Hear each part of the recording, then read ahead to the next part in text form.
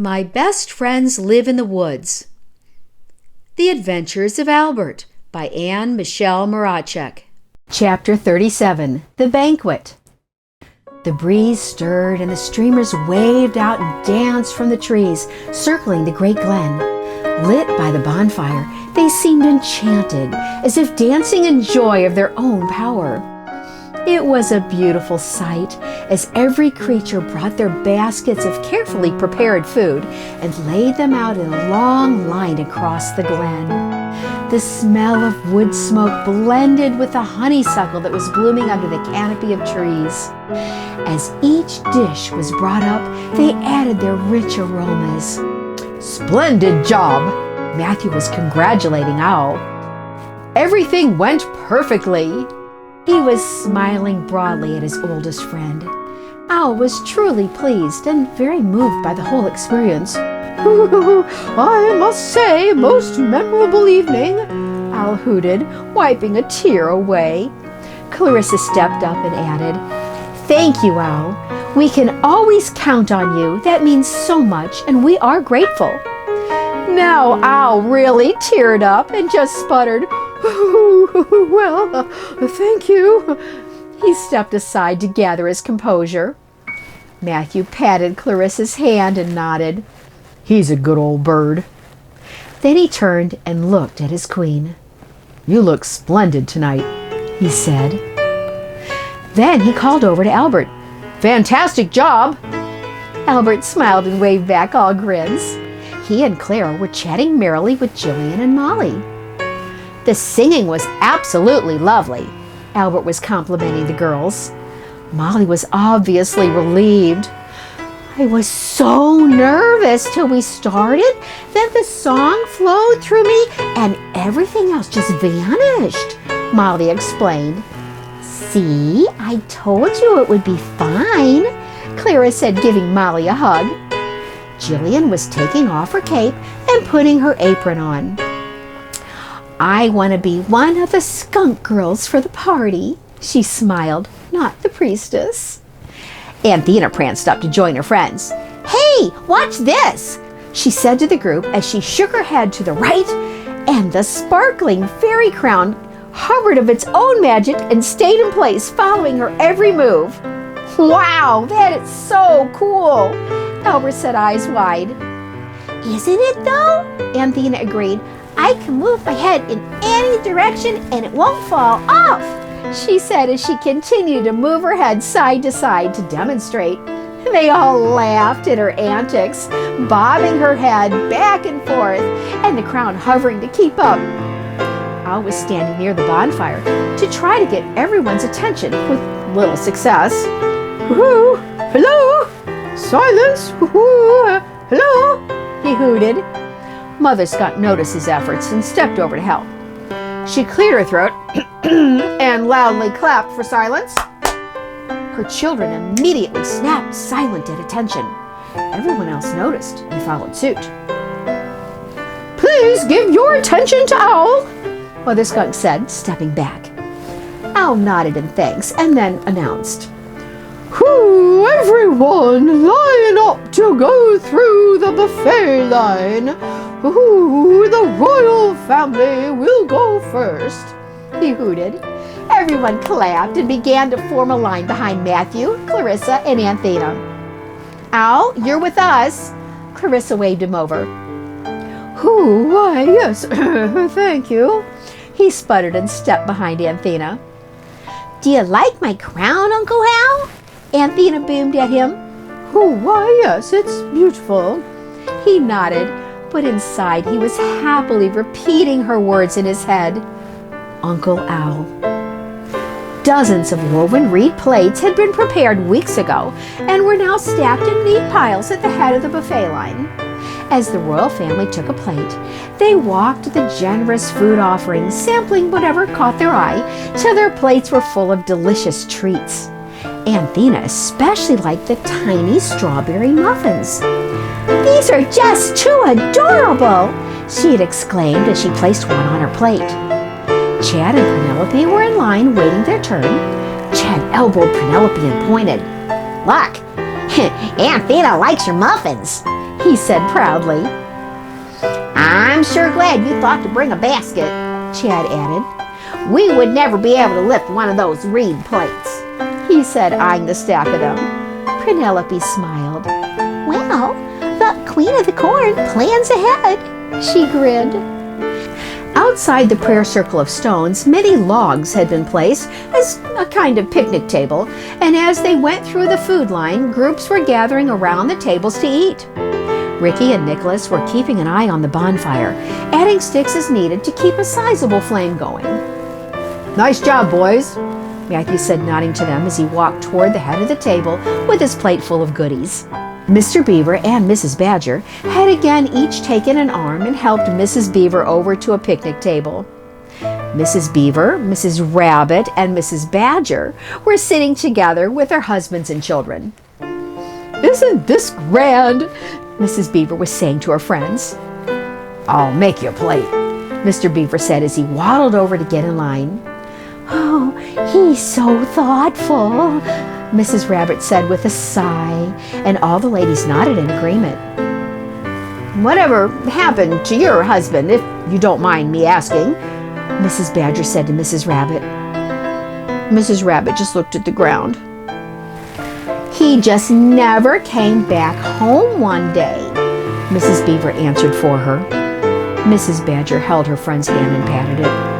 I'm so sorry, I didn't know, she said quietly. You could remarry, you know, she added, trying to be helpful.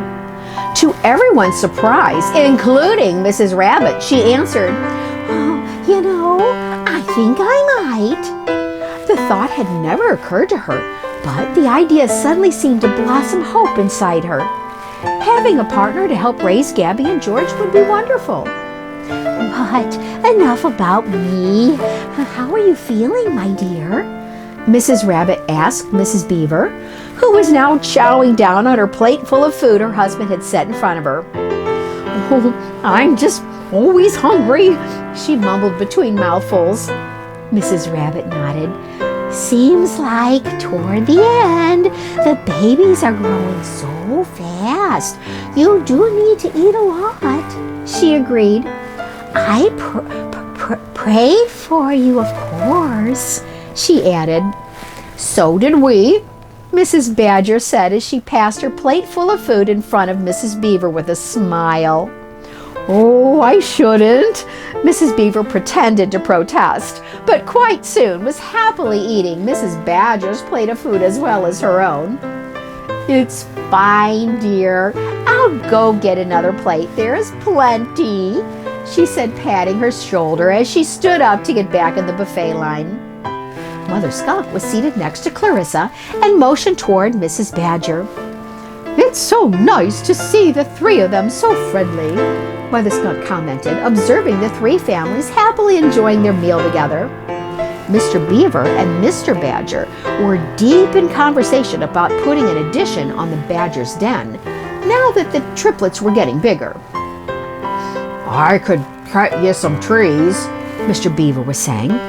We could get some pretty big ones if you could help me drag them into place. Mr. Badger was rubbing his chin and nodding. Clarissa smiled at Matilda. They are friends because of your family's kindness, Clarissa said. What did I do? Matilda asked.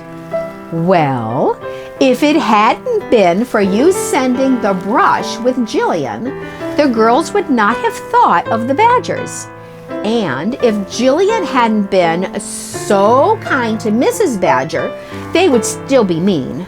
And if Jillian hadn't been so devoted to Anthena, she wouldn't have left her post as priestess. And if you hadn't been so loving and kind, you wouldn't have thrown the welcome home party. And if Mrs. Rabbit, Mrs. Badger, and Mrs. Beaver hadn't all met at the party, well, then they wouldn't be over there now having so much fun, Clarissa said with a big grin. Mother Skunk was pleased and with a big smile said, We are all interconnected. That is why it is so important to throw pebbles of love into life's pond. So the ripples you send in motion are kind. Well said. Matthew chimed in, leaning over to smile at Matilda.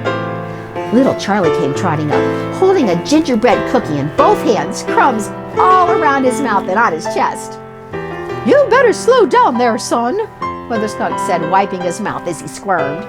No more cookies for tonight. Oh, Mom, Charlie whined. If you are still hungry, you may have carrots or berries. She smiled at her little one. You could take some berries over to Chitty Witty and his family. That would be nice of you, Mother Skunk said, patting Charlie's head. Finish that cookie and then take a plate of berries over to the chipmunks, okay? Mother Skunk said to Charlie as he wiggled onto her lap. He snuggled in and she kissed the top of his head. Clarissa was watching them fondly. I wish I had a little one again, Clarissa said after Charlie scampered off to get berries. There's always next spring, Matilda smiled back. Tidal flew over and landed next to Owl. The two of them had been the official message carriers of the royal family for years, and they had a special bond of shared duty and experience. Ooh, hello, Tidal. Happy longest day, Owl hooted. Tidal chirped. A happy longest day back at you, and laughed. I wanted to thank you for calling on the blessings of the air, he continued in a more serious tone. I always feel protected when we bless the air each year, he said most sincerely. Owl nodded. The ceremony was quite moving, Owl agreed. Won't you join me?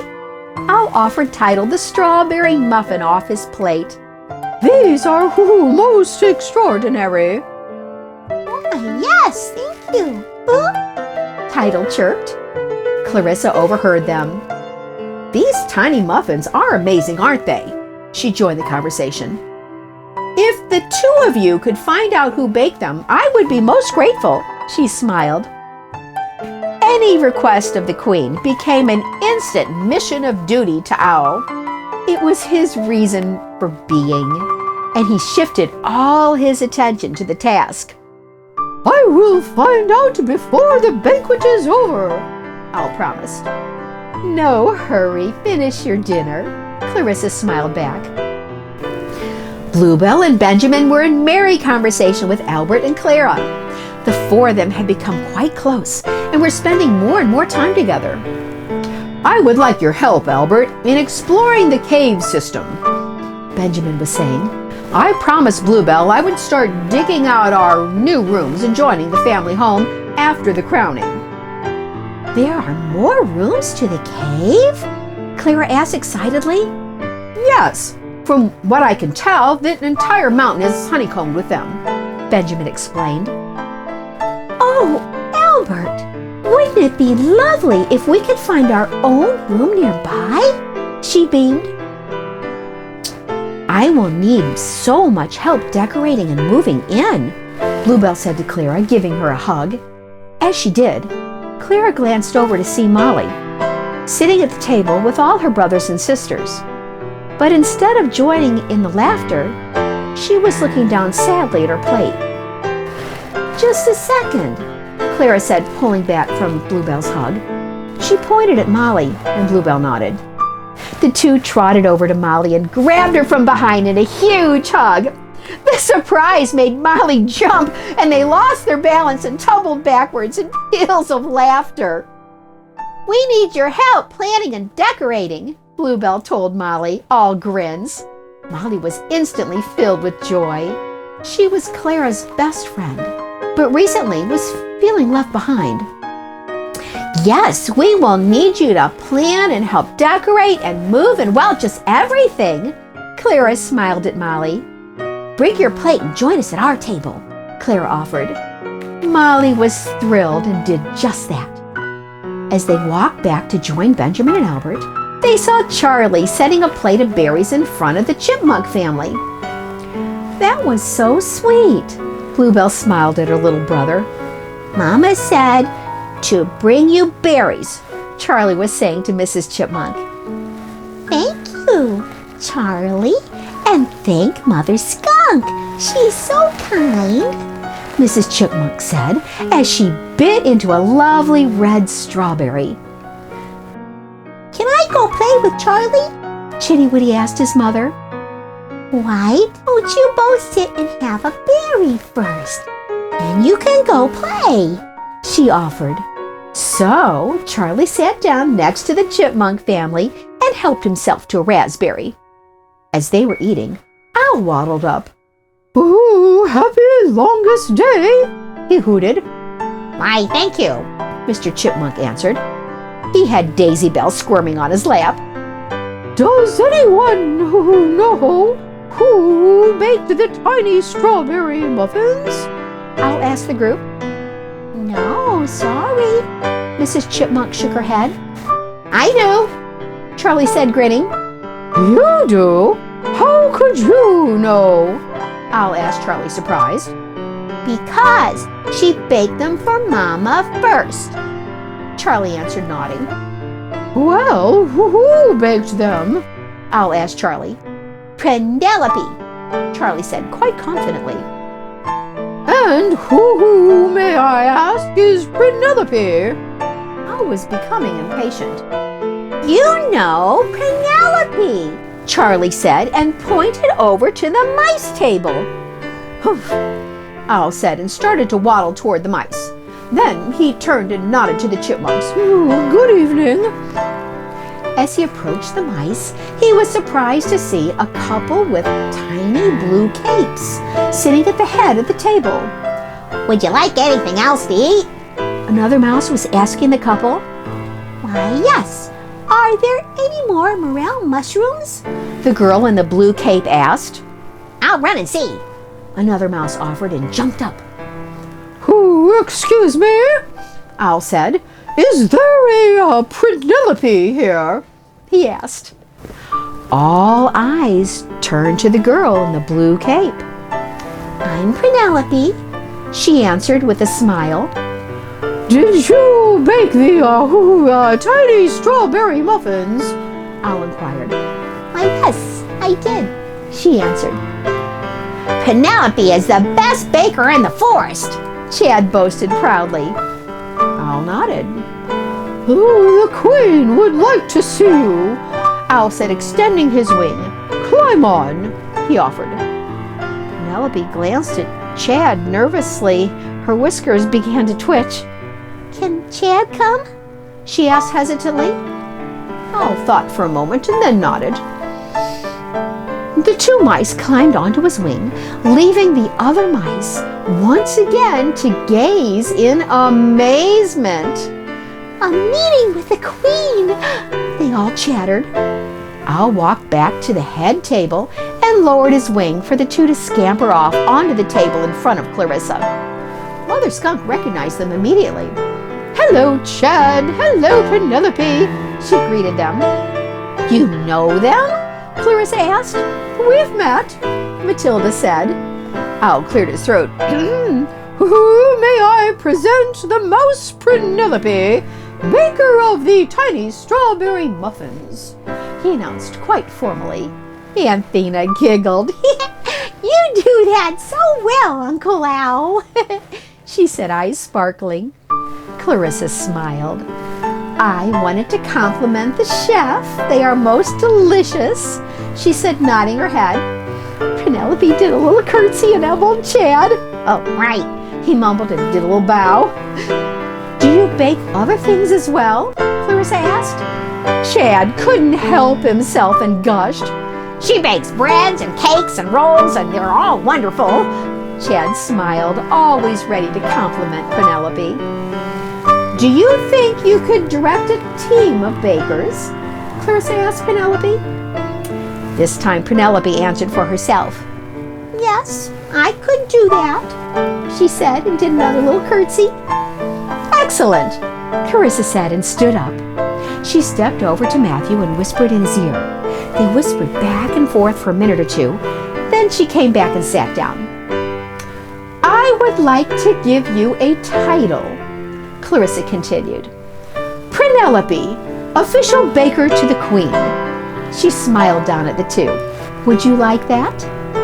Prinelopy took Chad's hands and did a little happy dance, twirling them around in circles.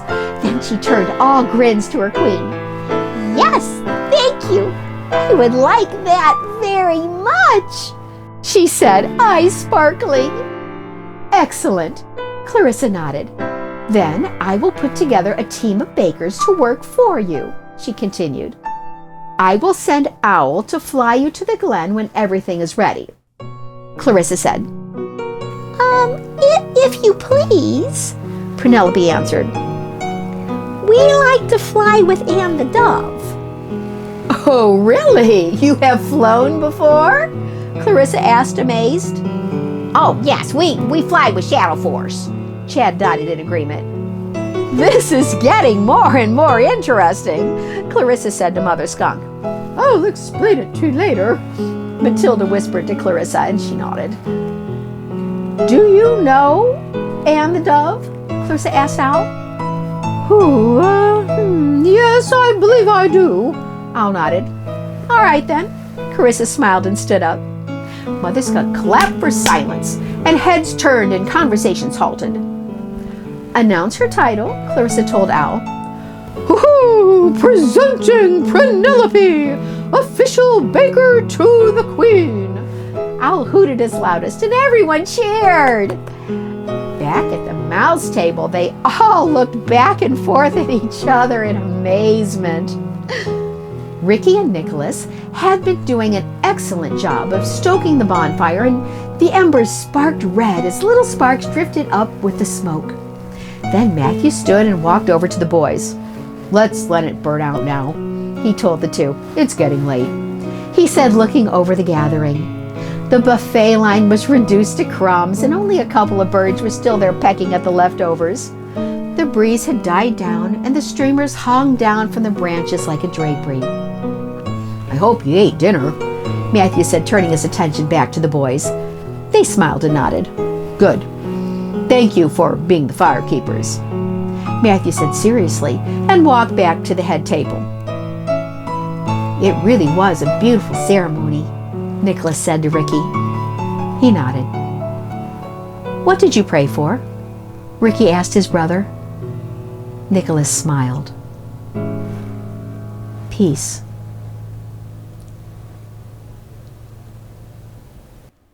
Chapter 37, The Banquet. Discussion and questions. Relationships. It is often at parties that we see the true nature of relationships between the members of the group. Previously, Owl and Clarissa were in competition and adversaries. Now, through loving understanding and appreciation, they are allies. Question 1. Is there a relationship or conflict in your life that could be transformed by a loving appreciation and better understanding? Matthew is very deliberate to thank all those who contributed to the success of the ceremony. Question 2. Is gratitude and appreciation a sign of good leadership? Jillian takes off her robes of priestess. Her desire is to be an equal part of the family group. Question 3. Do you feel the need to be equally included in a family or friend group, or do you prefer to be singled out? Prinelopy is recognized and praised for her talent as a baker. Question 4. Do you recognize and appreciate others for their special talents? Clarissa reviews the chain of events that led to the special relationship of Mrs. Rabbit, Mrs. Beaver, and Mrs. Badger. Question 5. Reflect back on the events in your life. Did you plant seeds of kindness or anger to lead you down the path you are walking? Clara and Bluebell realize Molly is feeling left out. They make a conscious effort to include and reestablish Molly into their inner circle. Question 6. Is there someone who needs your kindness and reassurance to be included in your circle of friends? I am the composer and performer for all the music in this video. Both audio recordings and the printed scores are available on mybestfriendsliveinthe.woods.com. I will provide the link below. The painted illustrations are also my creation. Prints are available on mybestfriendsliveinthe.woods.com. This is a novel. The chapters are meant to be heard in the order in which they were written. And while each chapter can stand alone, they do build as new characters are introduced and past events are referred to. Please be sure to like, share, and subscribe. The chapters are numbered, so if you're just joining us, be sure to go back and watch from Chapter 1. In a dream, in a trance, my spirit flies to the pink horizon of the forest, where fairies say